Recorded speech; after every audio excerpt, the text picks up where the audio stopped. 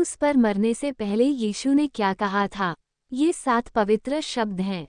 प्राचीन शास्त्रों के अनुसार यीशु के सांसारिक जीवन का समापन उसकी मां की नज़र में हुआ, जिसने क्रूस पर शारीरिक चोट और दर्द को देखा।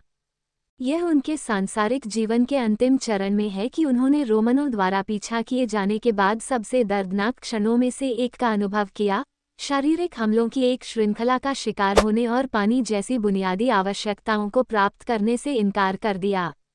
कुछ कपड़ों में और बिना किसी की मदद करने में सक्षम होने के कारण वह गोलगोथा पहुंचा, एक जगह जो यरूशलेम की दीवारों के बाहर थी, जहां वह मर रहा था, जबकि उसके शरीर के विभिन्न क्षेत्रों में क्रूस पर चढ़ाया गया था और घायल हो गया था।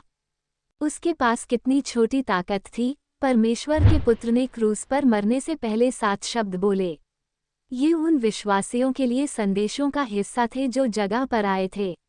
शीर्ष पर यीशु 2 चोरों के साथ था, एक जिसने उसका मजाक उड़ाया और उसे एक चमत्कार के साथ बचाया जाने की चुनौती दी, जबकि दूसरे ने उसके भाग्य को स्वीकार कर लिया और उसे अपने राज्य में आने पर उसे याद करने के लिए कहा।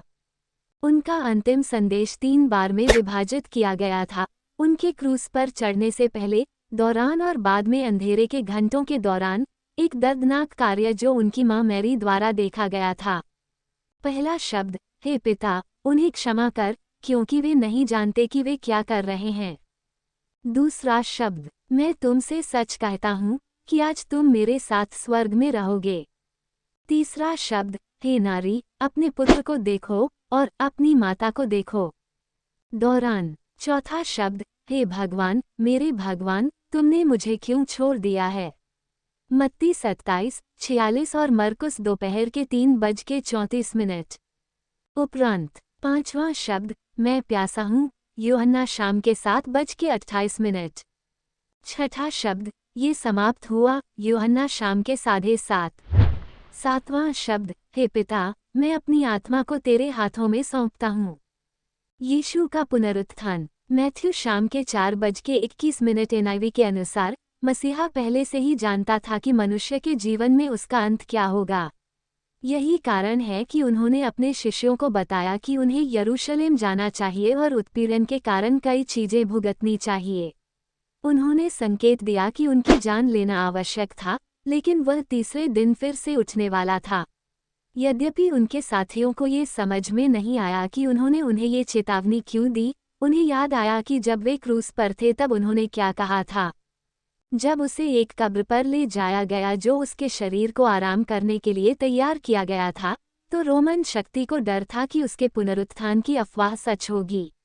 यही कारण है कि उन्होंने मकबरे को सील करने का फैसला किया, इस प्रकार किसी को भी अपने शरीर को चुराने की कोशिश करने से रोका। उसने अपने अनुयायियों से जो कहा उसे पूरा किया, और इसलिए जब उन्होंने सतर्क किया कि उन्होंने उस स्थान का उल्लंघन किया है, तो उन्हें केवल एक कपड़ा मिला जो इसे लपेटा गया था, जिसे इस प्रकार वर्गीकृत किया गया था, पवित्र मेंटल। कथा के अनुसार यीशु को एक ही समय में और विभिन्न स्थानों पर 500 से अधिक लोगों ने देखा था। ये भी ज्ञात है कि उस समय के एक सैनिक ट्रिब्यून ने कथित रूप से चोरी किए गए शरीर को खोजने के लिए एक यात्रा शुरू की। शास्त्रों के अनुसार उन्हें यह नहीं मिला, क्योंकि भगवान का पुत्र जीवित था और अपने शिष्यों की संगति में प्रचार कर रहा था।